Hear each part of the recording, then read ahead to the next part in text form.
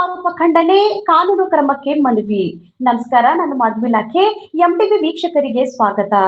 ದಿನಾಂಕ 17 ಮಾರ್ಚ್ 2026ರಂದು ಕರ್ನಾಟಕ ರಾಜ್ಯ ವೃತ್ತಿ ನಿರತ ಪತ್ರಕರ್ತರ ಸಂಘ ಹಾಗೂ ಗ್ರಾಮ ಕ್ರಾಂತಿ ಸೇನೆ ವತಿಯಿಂದ ಬೀದರ್ ಜಿಲ್ಲೆಯ ವರದಿಗಾರರ ಮೇಲೆ ಮಾಡಲಾಗಿರುವ ಸುಳ್ಳು ಆರೋಪಗಳನ್ನು ಖಂಡಿಸಿ ಬಸವ ಕಲ್ಯಾಣ ಸಹಾಯಕ ಆಯುಕ್ತರು ಹಾಗೂ ಜಿಲ್ಲಾಧಿಕಾರಿಗಳಿಗೆ ಮನವಿ ಸಲ್ಲಿಸಲಾಯಿತು. ಸಂಘದ ತಿಳುವಳಿಕೆಯ ಪ್ರಕಾರ ಕೆಲವು ವ್ಯಕ್ತಿಗಳು ವರದಿಗಾರರ ಮೇಲೆ ಆಧಾರರಹಿತ ಆರೋಪಗಳನ್ನು ಮಾಡಿರುವುದು ಗಮನಕ್ಕೆ ಬಂದಿತ್ತು. ಇದು ಪತ್ರಕರ್ತರ ಗೌರವ ಮತ್ತು ಸ್ವಾತಂತ್ರ್ಯಕ್ಕೆ ಧಕ್ಕೆ ತರುವಂತದ್ದು ಎಂದು ಹೇಳಲಾಗಿದೆ. ಇಂಥ ಆರೋಪಗಳನ್ನು ಸಮಾಜದಲ್ಲಿ ಪತ್ರಕರ್ತರ ಮೇಲಿನ ನಂಬಿಕೆಯನ್ನು ಕುಗ್ಗಿಸುವ ಪ್ರಯತ್ನವೆಂದು ಸಂಘ ಅಭಿಪ್ರಾಯಪಟ್ಟಿದೆ. ಈ ಹಿನ್ನೆಲೆಯಲ್ಲಿ ಆರೋಪ ಮಾಡಿದವರ ವಿರುದ್ಧ ಸೂಕ್ತ ಕಾನೂನು ಕ್ರಮ ಕೈಗೊಳ್ಳುವಂತೆ ಸಂಘದ ಆದಿತ್ಯ ಗಾಜ್ರೆ, ಸಂದೀಪ್ ಕುಮಾರ್ ಮುಖಿಂದೆ, ಆಕಾಶ್ ಖಂಡಾಳೆ, ಮಾರುತಿ ಫುಲೆ, ಲಕ್ಷ್ಮೀಕಾಂತ್ ಜಾಂತೆ ಹಾಗೂ ಮಾಧವಿ ಲಾಖೆ ಸೇರಿದಂತೆ ಜಿಲ್ಲಾಧಿಕಾರಿಗಳಿಗೆ ಬರೆದ ಮನವಿಯಲ್ಲಿ ವಿನಂತಿಸಿದ್ದಾರೆ. ಜೊತೆಗೆ ಪತ್ರಕರ್ತರು ನಿರ್ಭೀತಿಯಾಗಿ ತಮ್ಮ ಕರ್ತವ್ಯ ನಿರ್ವಹಿಸಲು ಅನುವು ಮಾಡಿಕೊಡಬೇಕೆಂದು ಆಗ್ರಹಿಸಿದ್ದಾರೆ. ಪತ್ರಕರ್ತರ ಹಕ್ಕುಗಳನ್ನು ರಕ್ಷಿಸುವುದು ನಮ್ಮ ಮುಖ್ಯ ಕರ್ತವ್ಯವಾಗಿದ್ದು, ಯಾವುದೇ ರೀತಿಯ ಒತ್ತಡವನ್ನು ಸಹಿಸುವುದಿಲ್ಲ ಎಂದು ಸಂಘದ ಪದಾಧಿಕಾರಿಗಳು ತಿಳಿಸಿದ್ದಾರೆ. ಈ ವಿಷಯದಲ್ಲಿ ಜಿಲ್ಲಾಡಳಿತ ತಕ್ಷಣ ಕ್ರಮ ಕೈಗೊಳ್ಳಬೇಕೆಂದು ಸಂಘ ಒತ್ತಾಯಿಸಿದೆ.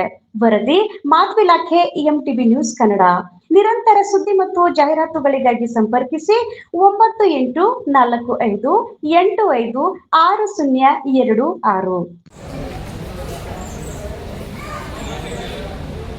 ಇವತ್ತಿನ ದಿವಸ ಹೊಸಕಲೆ ಎಸ್ ಆಫೀಸ್ನಲ್ಲಿ ನಾವು ಕರ್ನಾಟಕ ಗ್ರಾಮ ಕ್ರಾಂತಿ ಸೇನೆ ಮತ್ತು ಕರ್ನಾಟಕ ವರ್ಕಿಂಗ್ ಜರ್ನಲಿಸ್ಟ್ ಅಸೋಸಿಯೇಷನ್ ವತಿಯಿಂದ ಒಂದು ಅತ್ಯಂತ ಸಂವೇದನಶೀಲ ವಿಷಯ ತಗೊಂಡು ಇಲ್ಲಿ ಬಂದಿದ್ದೀವಿ.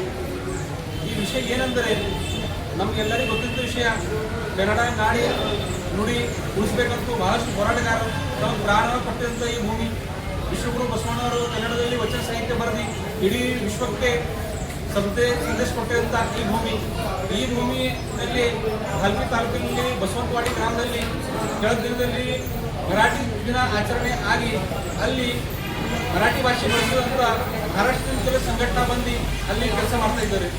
ಆ ಕುರಿತು ಒಬ್ಬ ಗುರುಪ್ರಸಾದ್ ಮೆಂಟೆ ಅಂತ ಅತ್ಯಂತ ಒಳ್ಳೆ ಪ್ರಾಮಾಣಿಕ ಪತ್ರಕರ್ತರು ಅಲ್ಲಿ ಹೋಗಿ ಸುದ್ದಿ ಮಾಡಿ ಈ ಭಾಗದ ಜನರಿಗೆ ಏನದ ಅದ್ರ ವಿರುದ್ಧ ಏನಂತ ಒಂದು ಸುದ್ದಿ ಹಾಕಿದರು.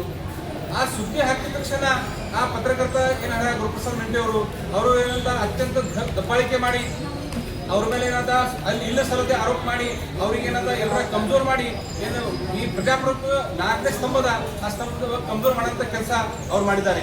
ಆ ಯಾರ ಅಧಿಕಾರಿಗಳು ಹರ, ಆ ಯಾರ ವ್ಯಕ್ತಿ ಹರ, ಅವ್ರ ವಿರುದ್ಧ ಕಠೋರ ಕ್ರಮ ತಗೋಬೇಕಂತ ಇವತ್ತು ದಿವಸ ಗ್ರಾಮ ಕ್ರಾಂತಿ ಸೇನೆ ವತಿಯಿಂದ ಮತ್ತು ಕರ್ನಾಟಕ ವರ್ಕಿಂಗ್ ಜರ್ನಲಿಸ್ಟ್ ಅಸೋಸಿಯೇಷನ್ ವತಿಯಿಂದ ನಾವು ಎಸ್ ಸಿ ಆಫೀಸ್ ಮನವಿ ಪತ್ರ ಕೊಟ್ಟಿದ್ದೇವೆ.